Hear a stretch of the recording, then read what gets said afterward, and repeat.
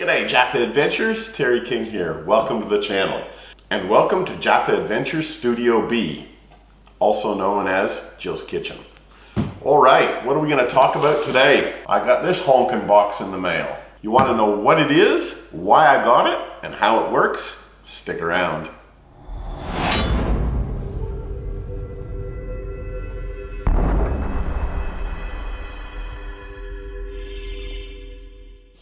Well, as I'm sure you've already guessed, what I've got here is a Starlink satellite internet system.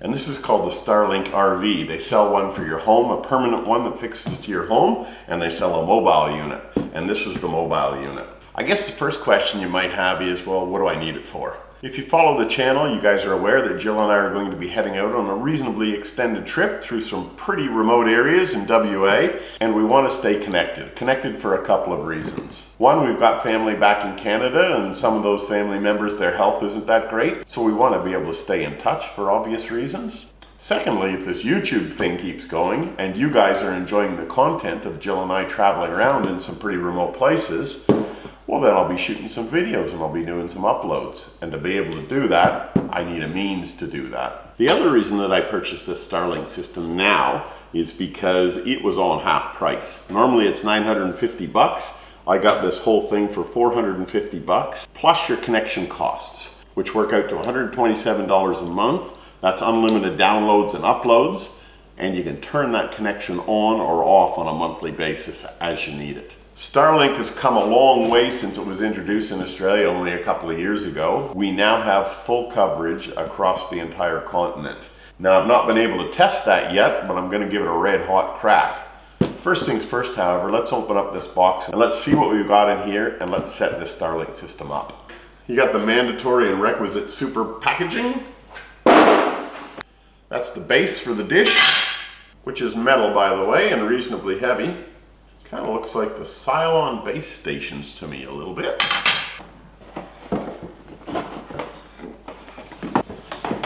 There's the business end of the unit, I guess you'd call it, which is a satellite dish. Comes with a roll of cable. How much? I'm not sure, but shit tons by the looks of it. A power lead, a router. Jesus, there's some weight in that router as well. And our instructions. That's it. Box empty. One of the first things you might ask is, how big is this thing actually? And I got a baking tin here, and you can see it's probably 75 mil larger than a standard baking tin. A heck of a ton heavier though. Another thing that you'll note is this 240 power point. You gotta have 240 to run this thing. Now I've got a 300 watt inverter in the four-wheel drive. I'll see whether that's enough to actually power this thing. My understanding is it draws about 3 amps. Again, we'll check that out a little bit later. But be aware, need 240. And there's your standard instructions. Put your dish out, point it to the sky, plug it into your router, plug your router into a power point, download the Starlink app, and hit the button. So let's do that. That's pretty cool. It's a weatherproof connector. It's got a little gasket around it. So that plugs into the bottom of our wireless router. And our satellite dish also has the same type rubber gasket around it. And that plugs into our router as well. So that's got our router set up. Let's go outside and point the dish to the sky.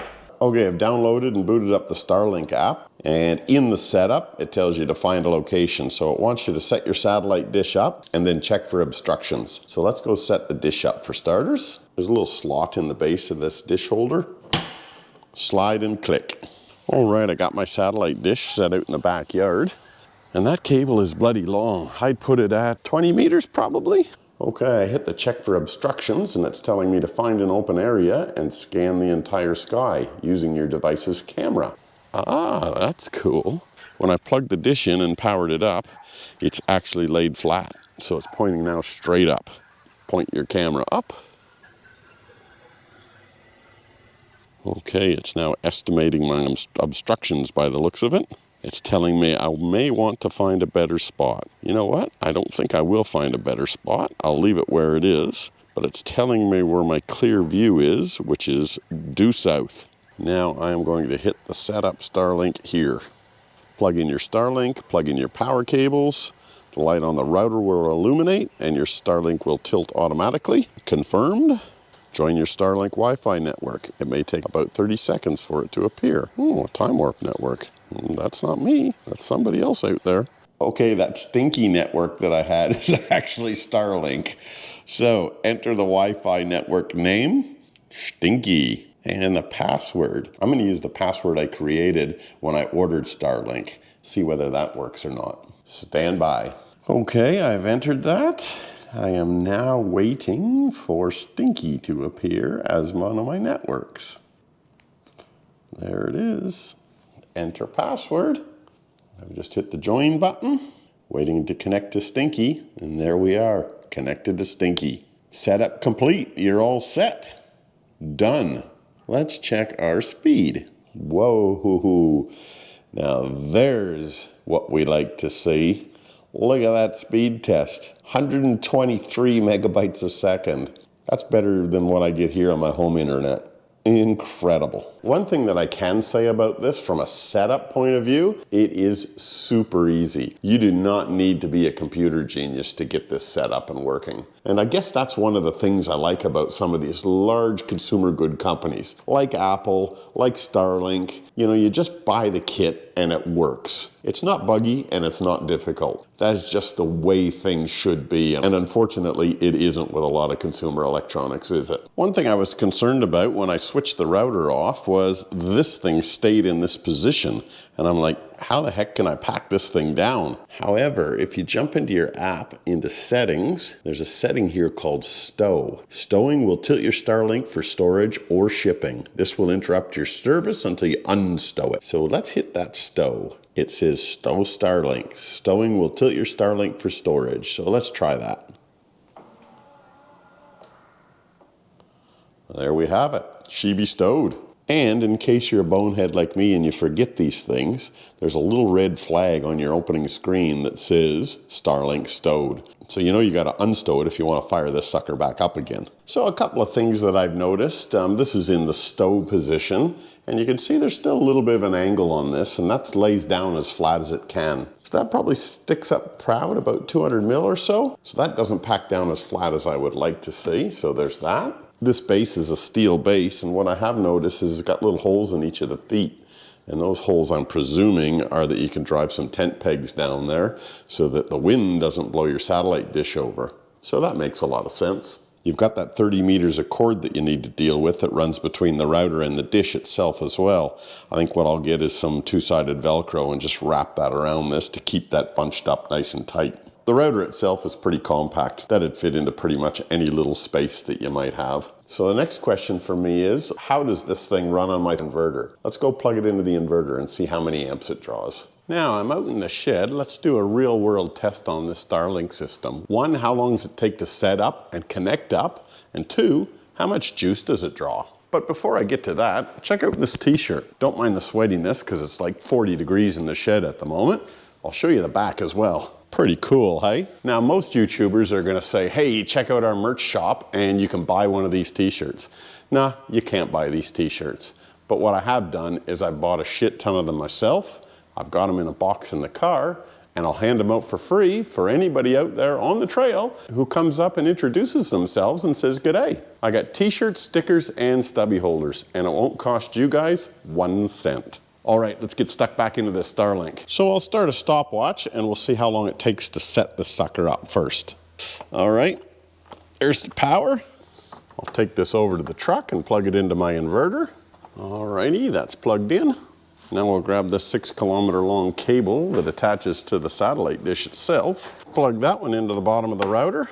Now we'll go set the satellite dish out in the middle of the yard. How long did that take to set up? 2 minutes and 27 seconds. Now that's just putting the hardware out there. It's not actually connected. So let's connect that up to Mr. Musk's satellites floating around up in space. And I'll reset our timer for this one as well. I'll turn my power on, turn my inverter on. There's an LED light on the bottom of the router that is telling me that we got juice.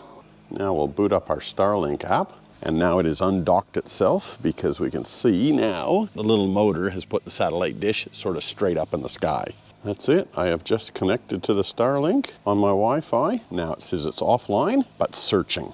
And this is where I'd like to see how long it actually takes to find satellites and to flick onto an online status. I've still got my timer running, so we'll check back when this thing jumps into online. I've seen it pop up with that network issue before and no signal received. Don't worry about that because it's still searching. Today I've got a reasonably cloudy day, so that's probably going to slow things up a little bit. Boom, there we go, online. That's taken 3 minutes and 14 seconds. From the time that I turned the power on that router till the time that it connected up to a satellite and got me online, 3 minutes. So let's call that 5 minutes amongst friends, hey? 2 minutes to pull the thing out of the box and physically set it up. 3 minutes for the electronic gizmos to do their thing and get everything connected. And there we go. 5 minutes. The next thing I want to do is determine how much juice this thing pulls. So at the moment, it's pulling 4.4 amps, 4.3 amps. Let me start downloading something, maybe a YouTube video or something, and see whether that changes the amperage that it pulls. We've got Rick Beato talking about the top 20 debut rock albums of all time. I'll tell you, if Boston isn't on there with their debut album and Van Halen isn't on there on their debut album, Rick, you've done something wrong. Anyway, let's jump in and see how much amperage we're pulling. 5 amps, 5.5 amps, 5.2, 5.1, 4.5. Okay, let's call it 5 amps amongst friends when we're running this sucker. I do have a couple of other things running at the moment. I'm charging a battery, so let me switch that off. And this inverter actually pulls power on its own as well. So we'll have to take both of those into account. Let me stow the Starlink, shut it all down, and we'll subtract the parasitic loss from these other items and see what we've got. Okay, in stow mode, we've got 3.19 amps. Let's just shut everything down, drawing 0 current whatsoever. Now, if I turn my cigarette lighter on, which just powers that cigarette lighter, there's no load on it at the moment, that's drawing 0.17 amps. Now I'll turn the inverter on with nothing plugged into it. And that now takes us up to 0.65 amps. I'll also turn on my battery charger for the Sony because that was running at the time.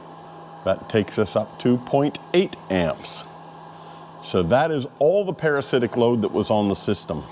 So subtracting that 0.8 amps from the 5 amps in total, it looks like the Starlink draws on its own 4.2 amps, which in my estimation is certainly not a lot of current draw. That's pulling about what my fridge pulls. Now, if anybody is wondering, I've got a 2000 watt inverter. It's just a cheapo. I would pick this sucker up on eBay, must have been 10 years ago. It drives that Starlink system no problem whatsoever. But what sort of conclusions can I draw about this Starlink system so far? And specifically for those individuals that have a limited amount of space like we do. We travel with a rooftop tent on the car, and everything that we need to carry for that remote travel is inside the vehicle with us. So for us, space is at a big premium. On that point, what do I reckon about the Starlink? The dish itself isn't too bad. However, that's in its stowed position. It'd be really nice if that could fold down completely flat, but it can't, so you've got to deal with that. This is my spares box on the shelf where the second row seats normally go. The satellite dish is just bungee down on top of this spares box because I rarely need to get into it, and this is kind of dead space here, so it actually works out quite well. Just got a little bit of carpet laying down on top of the box so that it doesn't mar the surface of that satellite dish. I have purchased one of these Starlink drifter bags. Unfortunately, it hadn't arrived by the time I had cut this video. The base, this sucker is pretty hefty, but it's packing this Cylon base station up that's the tricky bit. There's just no easy way to stow it. All the cords and cables unplugged from the router, and the router is reasonably small. There's the size of my hand via the router. There's a bit of weight in that one as well, but that packs away okay. The power lead for the router is a couple of meters long. I wouldn't have any need for anything longer than that. Now there's a million ways to wire in the Starlink system, of course, and you don't even need to wire it in. You can just leave it stand alone and plug it in every time you want to use it. However, I've chosen a little bit of a different route, and I've hardwired in quotation marks, the router into the car. It's cable tied to the top of the cargo barrier, runs over to the other side of the car, and I've got the wireless router cable tied to the cargo barrier. There's the power plug running into the wireless router. So when I want to hook up my Starlink system, I simply unstow the dish and set it up, run the lead back to the router. That's the router lead plug. Plug that lead there into the bottom of the router. That's it, my Starlink system is hooked up. I then just turn on my inverter. I can tell that the wireless router has got power to it because that little LED is on. There's no on or off switch on this router.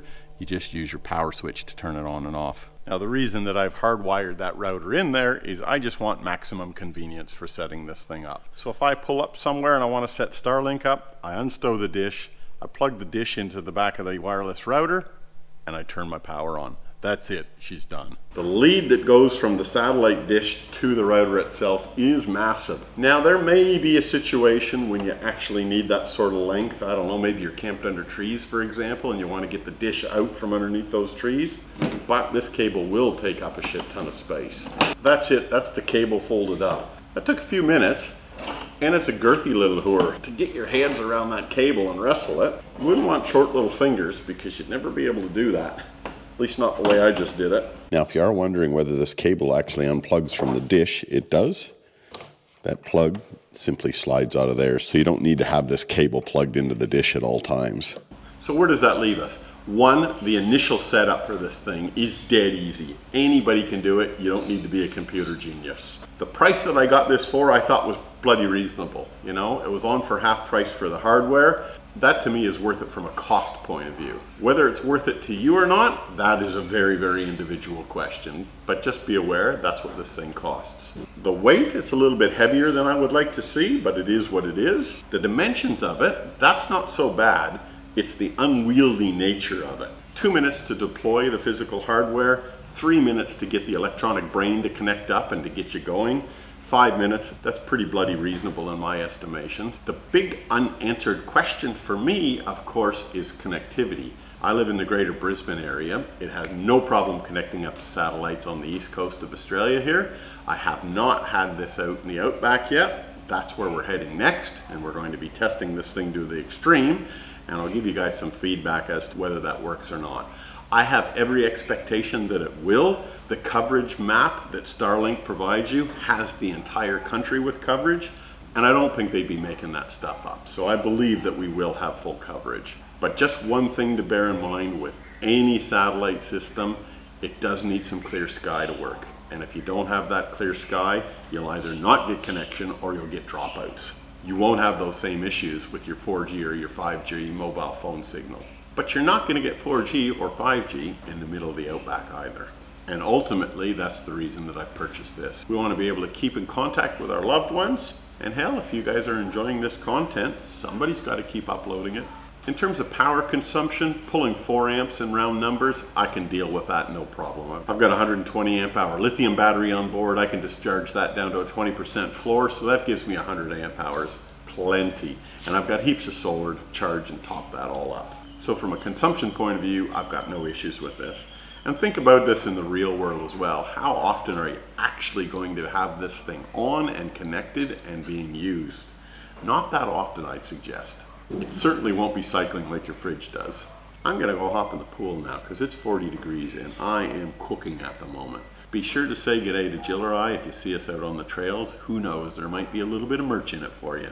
Until next time, keep the shiny side up. Bye now.